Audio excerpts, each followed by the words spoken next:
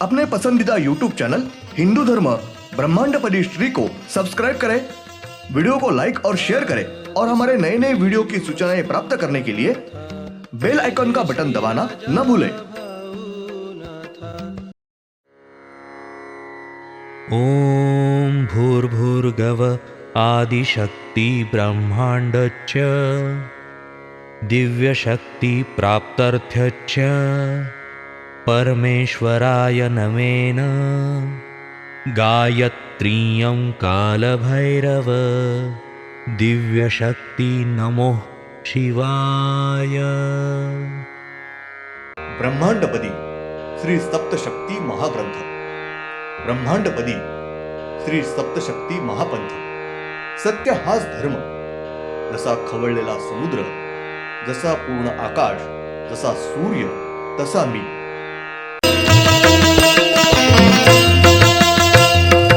आरती सप्रेम मस्को बानाथा, जय जय श्री राजा भाऊनाथा। वो हम पिछले यानी भाग 392 में हमने देखा के स्त्री के शरीर में से दोनों बाहु के बीच में से दूध निर्माण करके दूध बाहु में से बाहर छोड़ते हैं, निकालते हैं।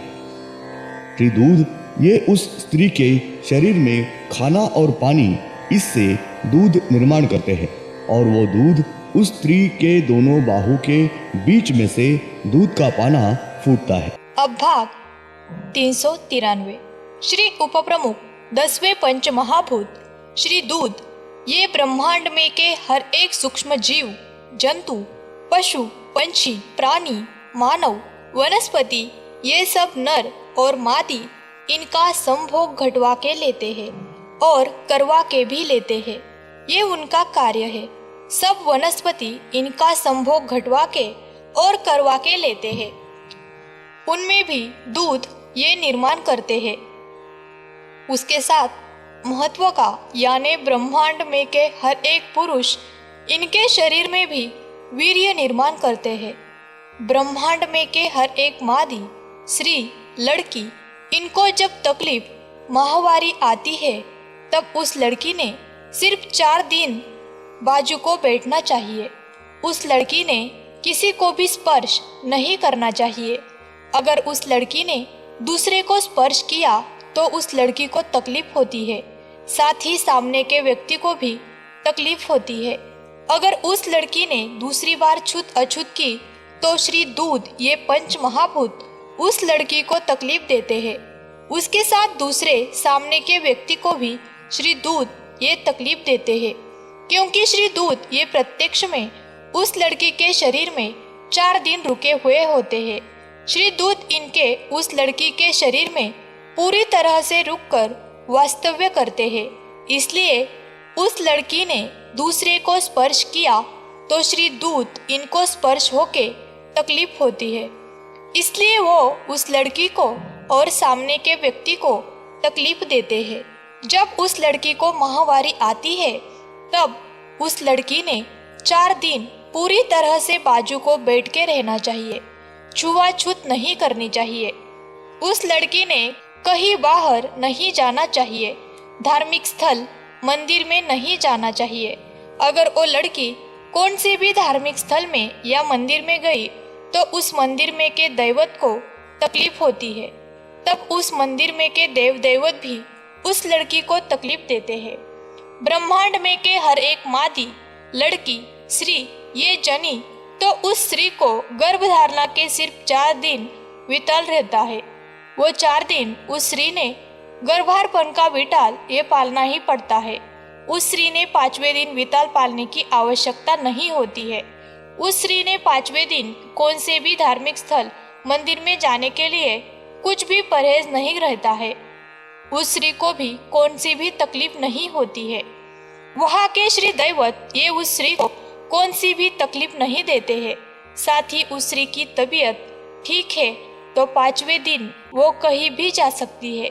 धार्मिक स्थल पर, मंदिर में, सार्वजनिक जगह और किसी को भी स्पर्श किया तो उस स्त्री को किसी भी प्रकार की तकलीफ नहीं होती है। श्री दूध ये उस स्त्री के शरीर में रुककर रहते हैं, बाद में रुकते नहीं। उसकी वजह से उस स्त्री को कुछ भी तकलीफ नहीं होती है। उस स्त्री को कोई भी दैवी शक्ति या श्री दूत ये तकलीफ नहीं देते हैं।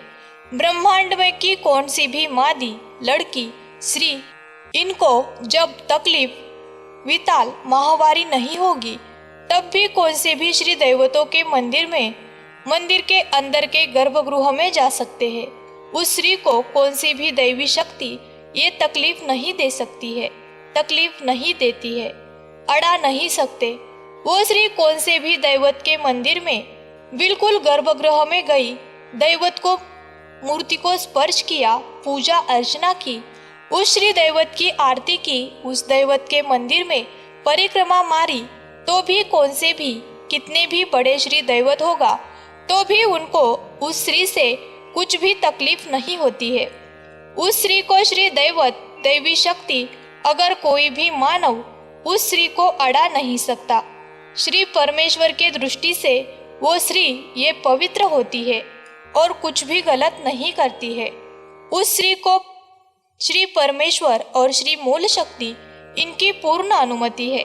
सिर्फ उस स्त्री ने तकलीफ, माहवारी, विताल ये तब, लेकिन उस स्त्री ने जानबूझकर ये पालन करे, मंदिर में न जाए, जिम्मेदारी से बर्ताव करे।